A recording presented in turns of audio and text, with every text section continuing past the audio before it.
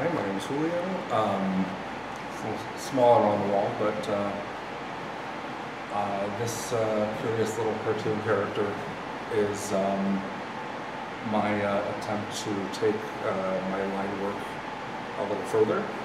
I have a tendency to scribble things in my sketch pads that are cute but a little lewd occasionally, monsters that are entirely comprised of lines and kind of hair, and it's just this kind of eclectic mix of those two odd and very clearly anime influenced concepts and ideas.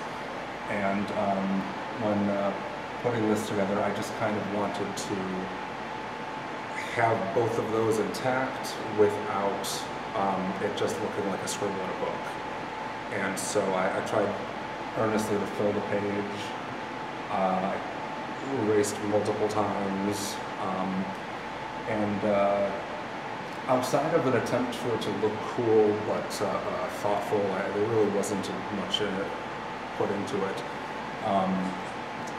Of course, through that, I kind of got a better sense maybe of techniques with pen, things, ways to, highlight just a massive lines. I went with a lot of hair. That's where the vast majority of the detail is, and it kind of makes and I try to make the image kind of look like it's moving. It's kind of branched off into braids with all kinds of relatively random type of jewelry. There's the skull, some vertebra, some, Illuminati style eye things, and just for, anime, there's a face with teeth and swords. Ultimately, I don't know, I definitely find myself wanting to color things a lot, but settle on leaving them black and white.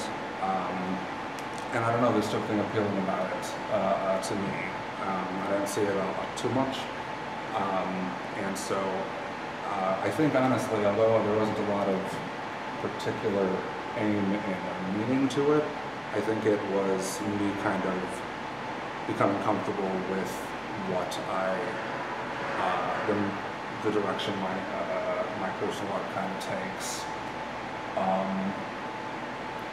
It's also the little cute cartoon character is clearly naked, and that's another thing that sometimes, as a male artist, as a male, I wonder and get some questions about why you're drawing all these little naked women, and they're very not deformed, but very stylized. And I think it was kind of an exploration of becoming comfortable with just putting out what I'm putting out. And so I actually think it came out really nicely.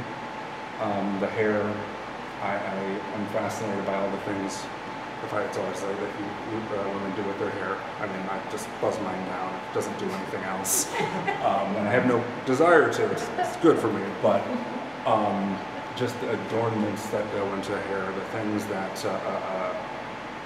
the ways that becomes an expression of somebody's self, their style, their look. It fascinates me. And so initially I had planned on just having like 2 or 3, and then realized, no, I'm just going to put as many things in there as possible.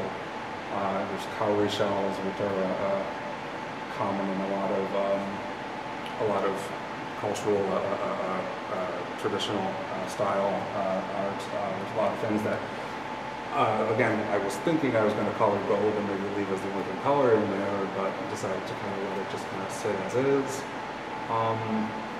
Just me trying to play with the fact that the lines kind of dictate themselves and becoming comfortable with mistakes, especially.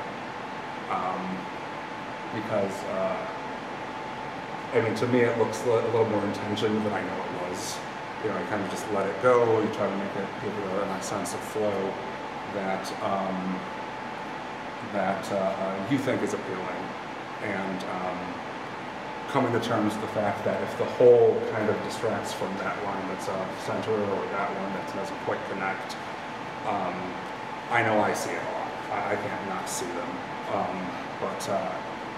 I think in and of itself, the whole piece is just me putting out what I draw and being comfortable with other people seeing it and seeing me stand next to it and tell the world that, yeah, I might be able to do this.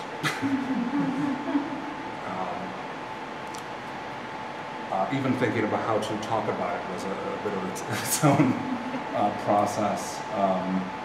But at the end of the day, it is literally a collection of things I think are cool and interesting looking, and I just wanted the world to see that I do it, and hopefully be comfortable with doing it again. I don't know if that was 5, but